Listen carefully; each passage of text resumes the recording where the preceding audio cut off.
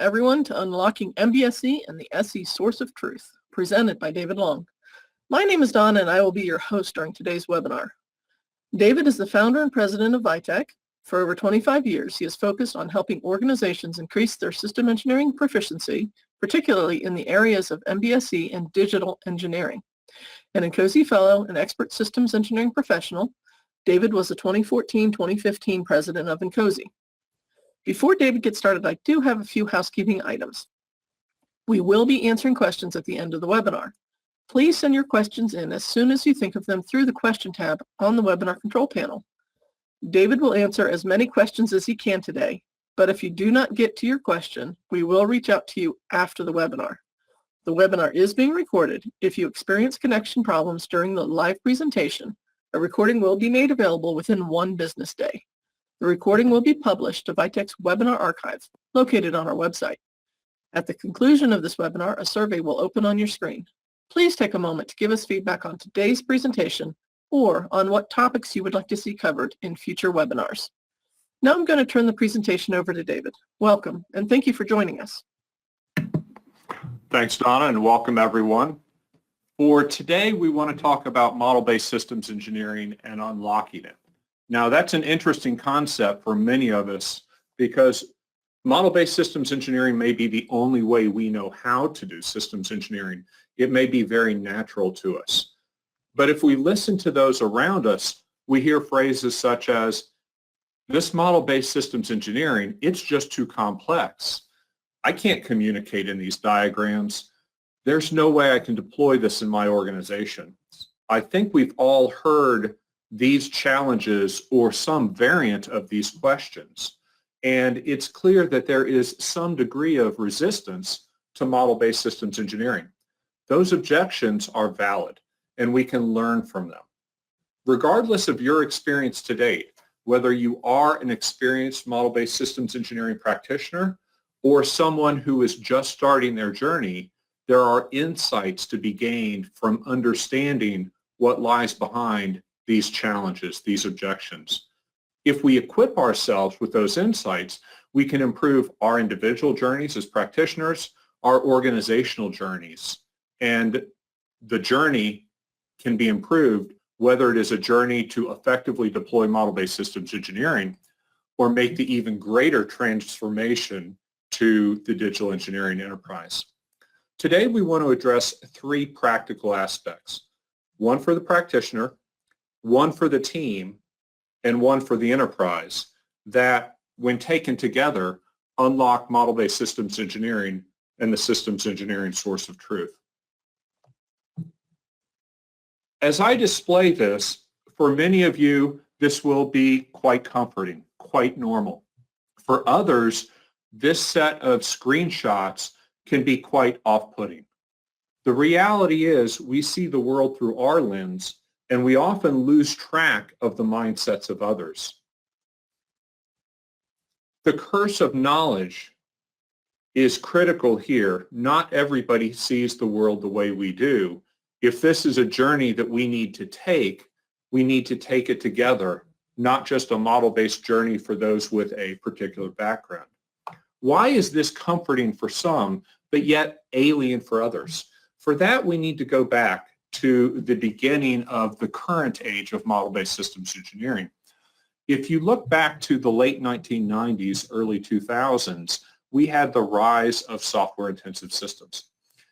That is the same time that the era of model-based systems engineering as we know it today began. We were dealing with new levels of complexity, new levels of challenge, and one of the challenges was to close the gap between systems and software engineers. And so to close that gap, as systems engineers made their journey to model-based, in many ways they chose to adopt the notations and adopt the tools, the software for software engineering. Now, if this is your natural background, if you have a programming or computer science background, this can be quite comfortable to you.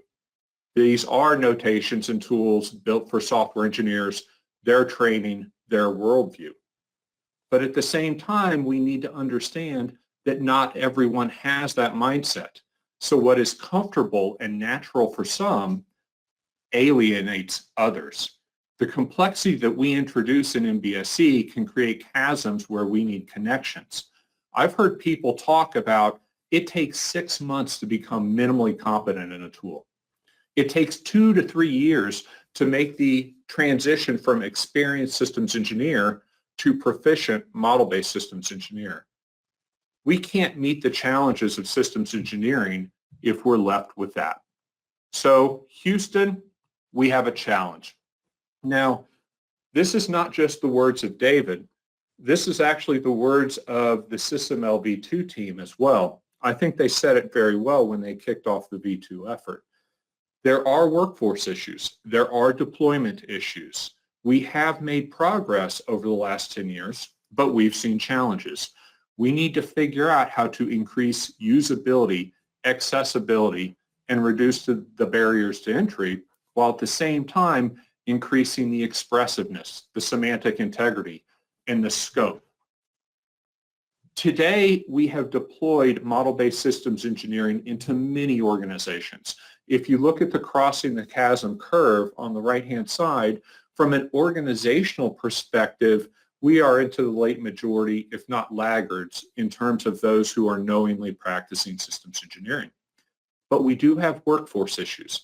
The number of systems engineers in those organizations that are effectively practicing model-based systems engineering, we know it's very low. We know the learning curve is too high. So what can we do? It doesn't have to be this way. There's a way off this self-imposed island. There's a way out of this self-imposed complexity, and it does not mean a rejection of your representations. If you're comfortable with UML and SysML, that's great. Keep using it. If you're comfortable with traditional notations, that works well. The key is to look beyond the representation, beyond the notations, and see the fundamental principles of systems engineering, the concepts that we're seeking to represent, the interconnects, the interrelationships, the interactions. See those in the language not of software, but of systems. If we look beyond a particular domain lens and see through the systems perspective, we can simplify this journey for the practitioner. Seeing systems engineering through the lens of systems concepts and the systems language made explicit in a systems engineering tool simplifies this journey. Now, I can talk about that, but let's show it. It's actually much easier to show this. If I were to talk as a systems engineer early in a project, I would speak about the need of expressing my system and the boundary around it, the system context diagram. We can choose any notation we wish. I will go ahead and choose the internal block diagram from SysML, because if I language this in the language of systems, it becomes much more natural to a systems engineer. What am I talking about? Well, if I'm drawing my system context diagram, I need to express my system of interest. In this case, we are going to talk about a coffee maker, a very simple system. And so much with the ease of using Visio and drag dropping things onto a diagram, I can construct a system context that's meaningful. Now, what's going to interact with my coffee maker? That would be a user. So I can drop a user on the diagram and create that. And it's also going to connect in some way to an infrastructure, at least for power. So I can create that. Again, what we're talking about is not seen through the language of software, but seen through the language of systems. If we have these things established, well, then we know that at a context level, we're talking about how things connect. So I will go ahead and create connections between my system of interest and the outside world. And pretty simple here. Just move my viewport. And there's a connection to my infrastructure. Now, the other thing that we would do at a system context level is to say not only what we connect to, but what we exchange with those outside, with those externals. That's okay. I can go ahead and create those right here. Now, in the language of systems, we generally call those items. And so I'm going to create a few different items. One, I'm going to add coffee beans. I'm going to have water. And I'm going to end up with coffee. Those are the types of interactions that I will have with the user, and the infrastructure will provide me power. So I can now just associate these, and now instead of drawing a system context diagram in Visio that does not have any implicit meaning, I have a rich systems context diagram done in a model-based tool with full semantic integrity. I think that's fairly easy. And in this case, we've made a SysML notation quite simple. We can carry that on and we can go to the use case level and begin to talk about our system at a functional level from the top. And so here in the use case, well, my use case needs to describe something. So it describes my coffee maker. That's my system of interest. And I probably want to talk about a few different use cases here, just as a standard making coffee use case. And then my coffee maker has a timer on it so that it can start automatically. So I will call it start automatically. And I can relate those two because from this, at least from the language of systems, one is the extension of the other. Oops, just click one, drag, drop it on the other, allow the tool to guide me. So extends, very good. And then I need to talk about who interacts with these things. Well, from a systems perspective, I already defined my externals, so I can add those to our diagram, and it's my infrastructure, it's my user, and I can connect them up to what they participate in. So again, this does not have to be hard. It does not have to be complex. Much of it comes to the lens that we choose to use. So what we're saying here is MBSE done right, MBSE seen through the lens of systems engineering and expressed in the language of systems engineering, can actually accelerate the understanding, the deployment, and the adoption of systems engineering itself. We often talk about complexity in this domain. H.L. Mencken said, for every complex problem, there's an answer that is clear, simple, and wrong. You don't simplify complexity. Simple in the face of complexity is simplistic. That's the land of the con man and the naive. We're not trying to make this simplistic. At the same time, meeting complexity with complicated, that's not the answer either. It adds complexity rather than addressing it. In the world of systems engineering and model-based systems engineering, if you have a workforce issue, if you have an issue where people are saying, I just can't learn this, or it takes too long, you may be part of the problem by bringing unnecessary complication. The right approach to complexity is elegance. In this case, that's the language of systems, not software. We need software. We need good tooling behind the scenes, but that should not interfere with the way we conceptualize, language, or represent our systems. A language focused on systems concepts, interactions, and interconnects, that's the first key to the puzzle. Now, that approach of a language and a tool for the systems engineer, not for the software engineer, addresses the needs of the practitioner, of the practicing systems engineer. That's the first lock. But there's a second lock, and that's recognizing that we need to move from discipline-centric to transdisciplinary. Houston, we have another challenge.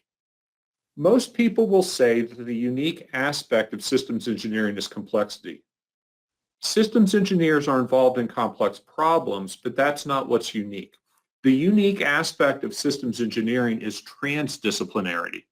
The fact that we need the domain knowledge and specialized insights of a very diverse group of people in order to properly understand the problem and solution. Too often, I've seen the well-meaning engineer who's overconfident in his knowledge and his tools stop conversations in their tracks and impede communication through poor notation. They fall into the trap of thinking it's all about them, all about their knowledge, all about their preferences. So regardless of your chosen notation, regardless of your comfort with certain techniques, we have a transdisciplinary team. And this requires that we communicate in the language of the non-systems engineer. We need to help the diverse team develop a shared understanding of problem and solution. MBSE done poorly will inhibit this. MBSE done well can actually accelerate and improve it. To do this, we need to change our mindsets. Some people use the analogy of the systems engineer as the conductor of an orchestra. In this case, we need the analogy of the systems engineer as the master chef. We have any number of ingredients to mix and match, and we must stir those up and cook them up in a way that effectively meets the needs of each party that we're seeking to engage. So in other words, we have to cook a different dish for the software engineer, for the subject matter expert, for the user, for the business leader. And that's part of our job as systems engineers. That's part of good systems engineering. We need to meet our audience where they are. So Communication 101. I understand that as engineers we're taught early on that it's all about us. Now that's a somewhat humorous, sarcastic comment, but actually it's pretty close to the truth. Good communication is not about us. It begins with the audience.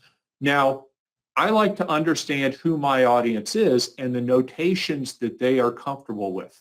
I'm going to communicate with a senior business leader in a different way than I'm going to communicate with the subject matter expert, in a different way than I'm going to communicate with a different systems engineer. And that's not an intelligence statement at all. That's simply meet them where they are. Any meeting that begins with the phrase, let me explain to you how to read this notation, is an abject failure in my book.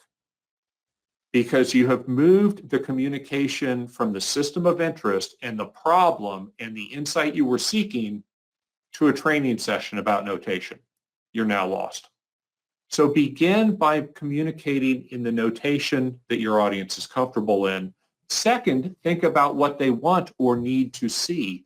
Anything that you transmit until they have their question answered is effectively noise. Once you have effectively communicated what they want or need to see in a notation they can understand, now the communication channel is open.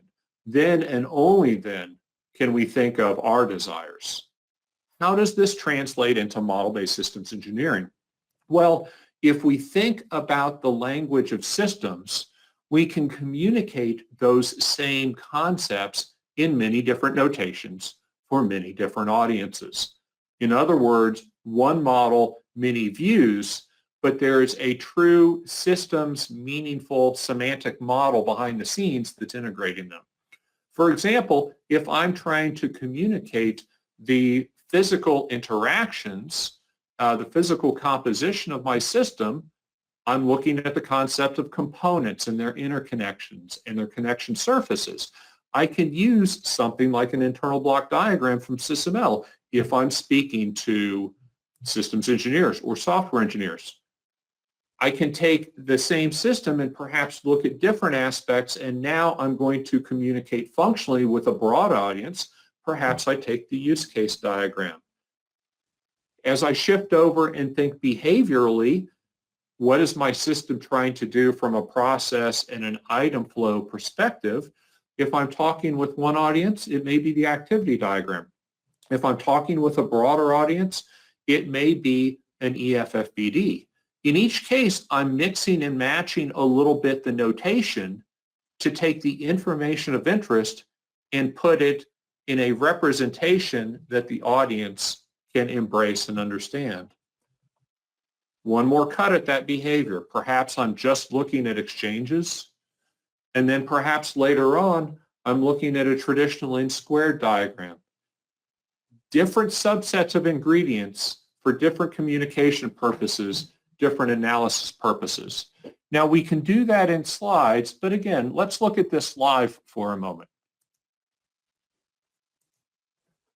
So here I'm looking at this same geospatial library system that you were seeing in the slides. Think of this as Google Maps on demand. A customer can come up and request and have you fulfill from your inventory, or perhaps task collectors.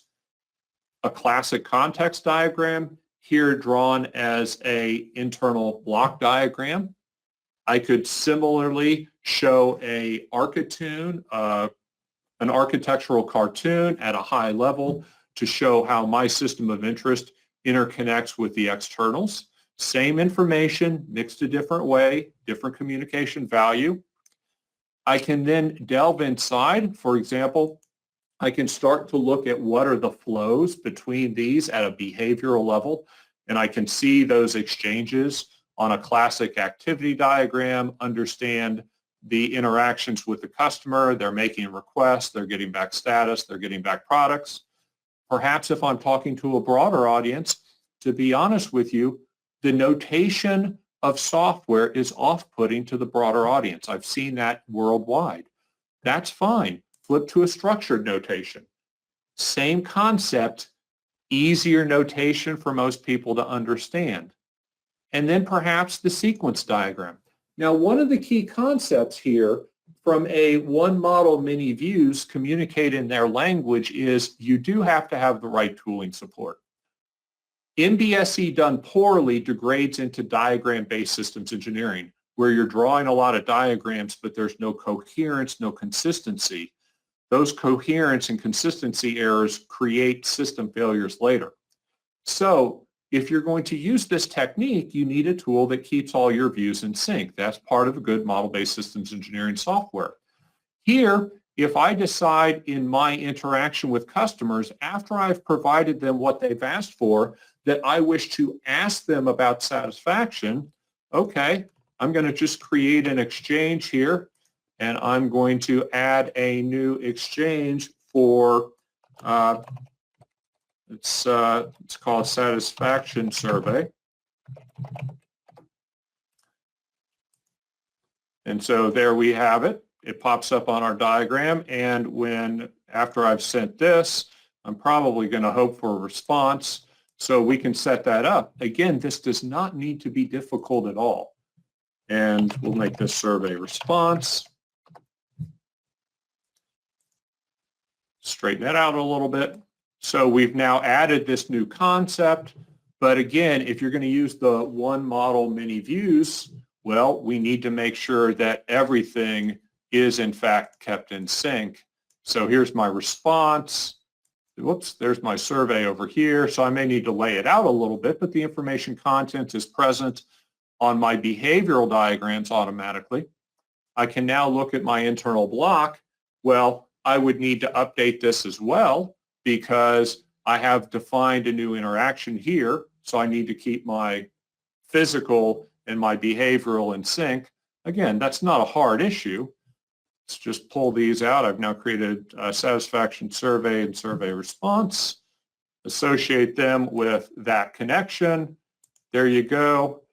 Again, model-based systems engineering doesn't need to be hard. Sometimes we overcomplicate it by putting it in the wrong notation or in the wrong tool. Now, right or wrong is in the eyes of the practitioner and the audience. Finally, by the way, maybe we'll look at a spider diagram here. Let me go ahead and collapse expand this. So now you're just looking at all the various interactions going on. If you like this concept, there is a paper on our website that you may be interested in. It's called One Model, Many Interests, Many Views, and it gives a good discussion of how one good systems engineering model can map to and support many notations, whatever notations you choose to use. The key here is when you're doing model-based systems engineering, you may need to visualize your information your way for your analytical purposes. As a systems engineer, that is very valid, that is very appropriate, it's very powerful. But that's for you as a systems engineering practitioner. In order to unlock the collective experience, insights, and intelligence of this transdisciplinary team, we need to meet them where they are. We need to represent our information in their way. If we do that and do that properly, that unlocks the second of the challenges.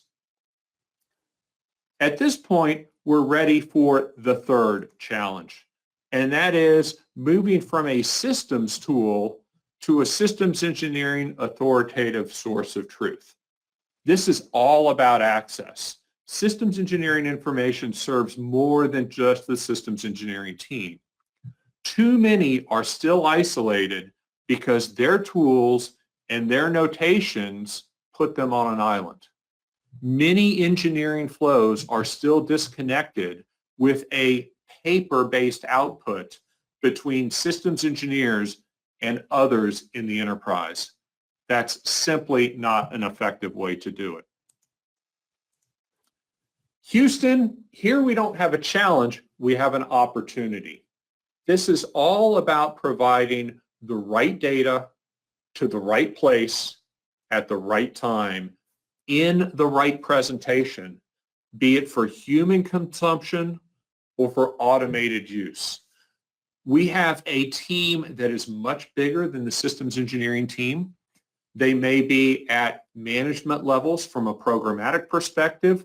They may be at a detailed design level. They may be at a manufacturing or supportability perspective level.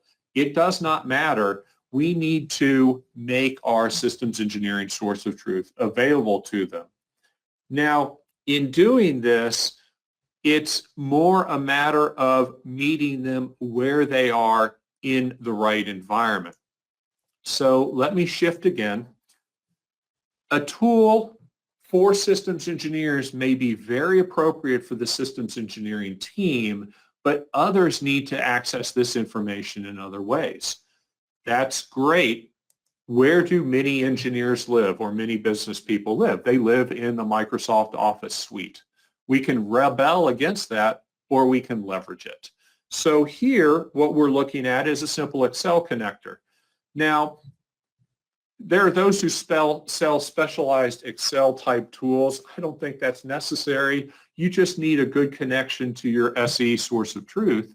And so here through this connector, we're going to look at the fact that so many pieces of information in systems engineering are effectively tabular.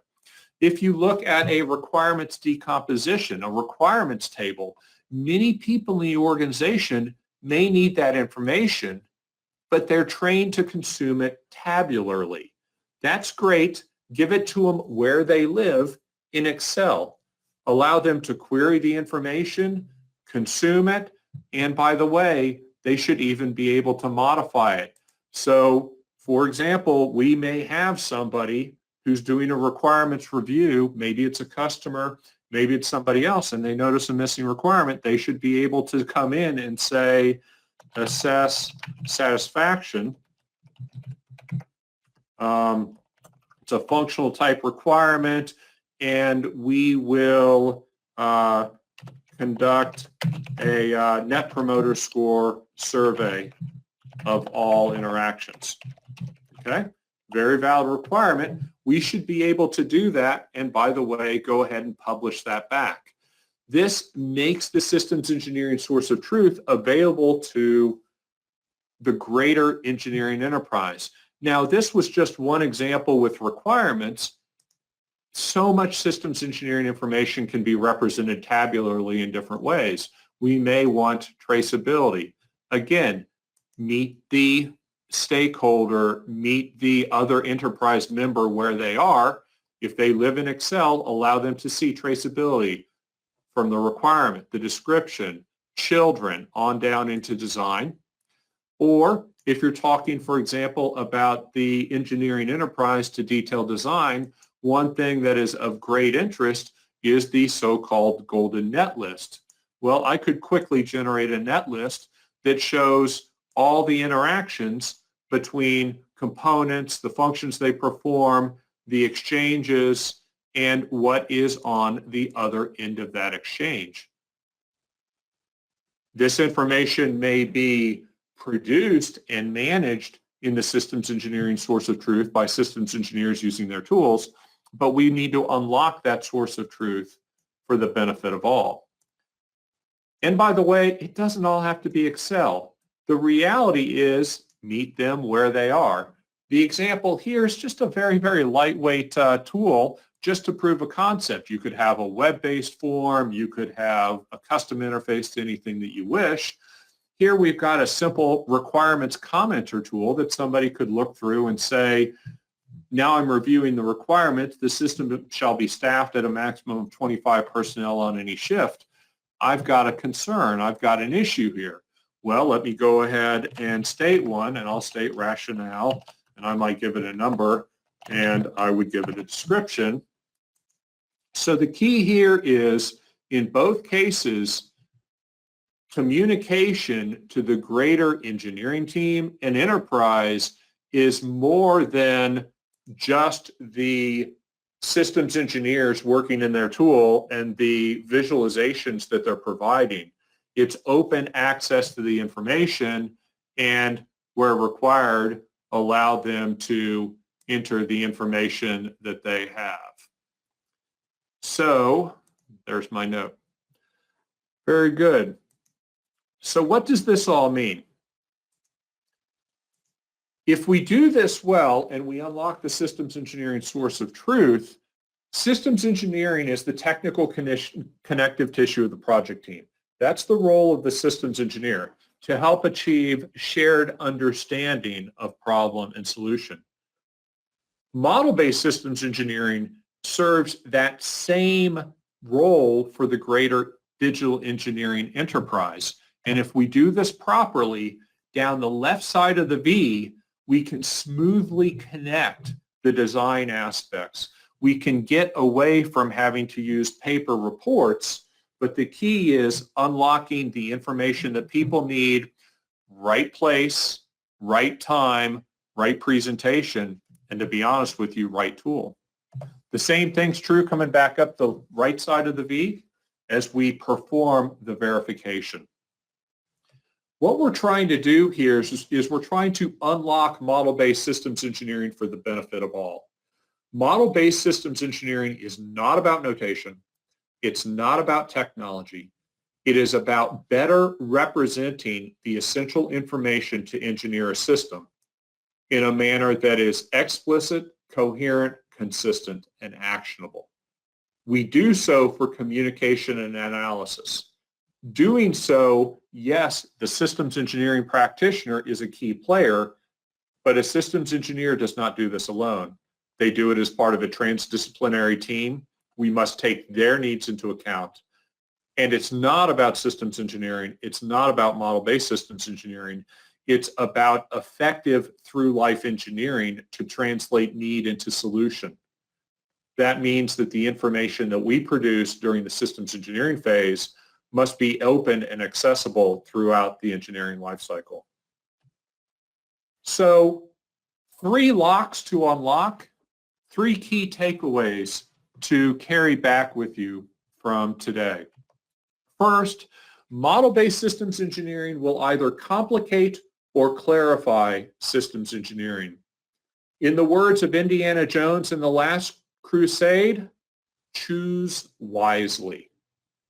Done well, this will make systems engineering more accessible to your practitioners.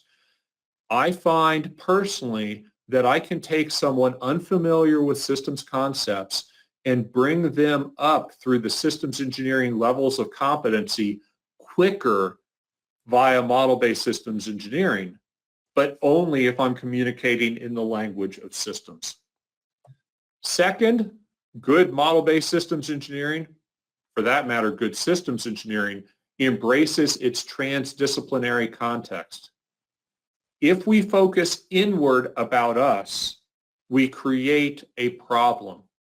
If we focus outward, we have the ability to unlock and harness the collective intelligence of the transdisciplinary team. And third, MBSE looking inward creates a systems engineering silo. Systems engineering was never intended to be its own silo. MBSE looking outward across the life cycle. Meet the people where they are in their language, addressing their need. That underpins the digital engineering enterprise. Fundamentally, if you seek to unlock model-based systems engineering, you must understand that there are different mindsets, and some of the mindsets that we've brought, specifically the mindset of software and the implementation of tools for software, may be good for some practitioners, but it is an impediment for others. There's a way off the island, and it does not mean a rejection of your representation choice, be that SysML, be that traditional, be that anything else. The way off the island is to look beyond the notations and see the fundamental principles of systems engineering, the concepts we're seeking to represent, the interconnects, the interrelationships, the interactions. Do so in the language of systems, and do so in a way that equips practitioner, team, and enterprise. The right mindset, the right language, supported by good tooling in the context of transdisciplinarity, unlocks model-based systems engineering for the practitioner and the enterprise. Thank you, and now we'll take some questions. Thank you, David. We do have a few questions, thanks to all our participants. I encourage you to join the discussion now and submit your questions using the webinar control panel. If you do need to leave the webinar, please take a moment before you go to respond to the quick survey that will pop up on your screen. Our first question comes from John. What about SysML v2? How will that impact us? John, that's a good question, and I think we will know a lot more in about 3 months. So Vitec is part of the SST team, the SysML v2 team, and currently we have a near initial draft that will be published in September. The final SysML v2 spec will be published in June of next year. The reason I say time will tell is if you look at what the SysML v2 team was trying to accomplish, the scope is vast. They're trying to address the expressiveness, the scope, the power of the language, also trying to address the usability, the accessibility, the adoption challenges. My observations are if you like SysML v1, it will take you a little bit of time to learn v2, but you will be able to make that leap, and you will make a leap to a language that has real semantic integrity. If everything plays out as anticipated. Again, you're still talking about something that's 9 months away, and when tooling companies will implement it, that's a different question. Now, what about if you don't get SysML v1? Well, I suspect you're still going to have a notable challenge. As what naturally happens in efforts like this, when organizations are simultaneously trying to enhance power and enhance usability, if the people in the room have the curse of knowledge, in other words, if the people in the room are largely experts, they're not fully aware of the challenges, and they tend to amplify the power of SysML. So I think what we're going to see in v2, I don't know how quickly it'll make it to your tools, but I think what we're going to see in v2 is something that is more powerful and semantically rich if you understand v1. If v1 is not for you, you're still going to struggle with v2. Okay, our next question. Does the systems engineer leader need to have a deep expert knowledge about the system of interest or know the art of leveraging the deep expertise in the team? So here we're talking to some degree about the T-shaped individual, but it's more than that. So for those who haven't heard the concept, a good systems engineer should have sufficient foundation, depth in one or more areas while simultaneously having the breadth across to see those interconnects. Why do they need the depth? They need the depth not to be experts themselves, but to have sufficient knowledge in order to understand the questions to ask, understand the areas to probe, understand who to trust. So fundamentally, a good systems engineering leader needs a little bit of knowledge in the various domains. They can't be a complete generalist, and they need just enough knowledge to know who to trust. Okay, a question from Anne. Does system modeling equal systems engineering? And there are two ways to take your question, so I will answer both. First, you could interpret that as, does SysML equal MBSE? That's a very common question. It's a very common misconception, and the answer is no, it does not. SysML is a notation for model-based systems engineering. As we've discussed here, it is very well suited for some audiences. It's not at all effective for others. So use whatever notation, whatever representation you want. The purpose of MBSE, the fundamental objective, is to improve the way we represent and communicate knowledge. The other question would be effectively a Venn diagram of the concepts of modeling and engineering. And so, is systems modeling the same as systems engineering? The answer is no. If done well, system modeling is completely contained within the scope of systems engineering, but there are other aspects, there are other holistic aspects of systems engineering that are much bigger than modeling. Modeling is a tool in the systems engineer's toolkit. One of my fears with the rise of MBSE is, actually it's two fears. First, we have created a class of people called system modelers. I don't believe in that at the architectural level. I think when you're talking deep analytic levels, computational fluid dynamics, circuit flow, et cetera, yes, you may have those. But at the architectural level, a system modeler is missing the engineering dimensions and they're only modeling.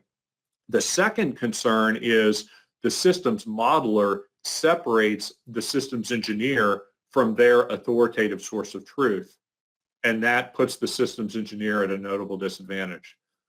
Nothing there is intended to diminish systems modeling. It is a critical tool in the toolkit.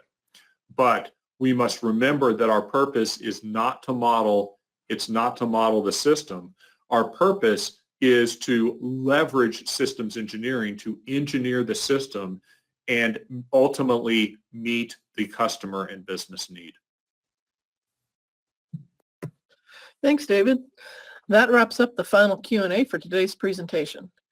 If you have any other questions or comments for David, don't hesitate to send him an email. You can see his email address on your screen now, or you can post your questions and comments on our LinkedIn group page. Just visit linkedin.com and search for Vitech Corporation. Thank you so much for attending today's webinar. Remember that at the conclusion of this webinar, a survey will open on your screen. Please take a moment to give us feedback on today's presentation or on what topics you would like to see covered in future webinars. Once again, thank you for joining us and have a wonderful day.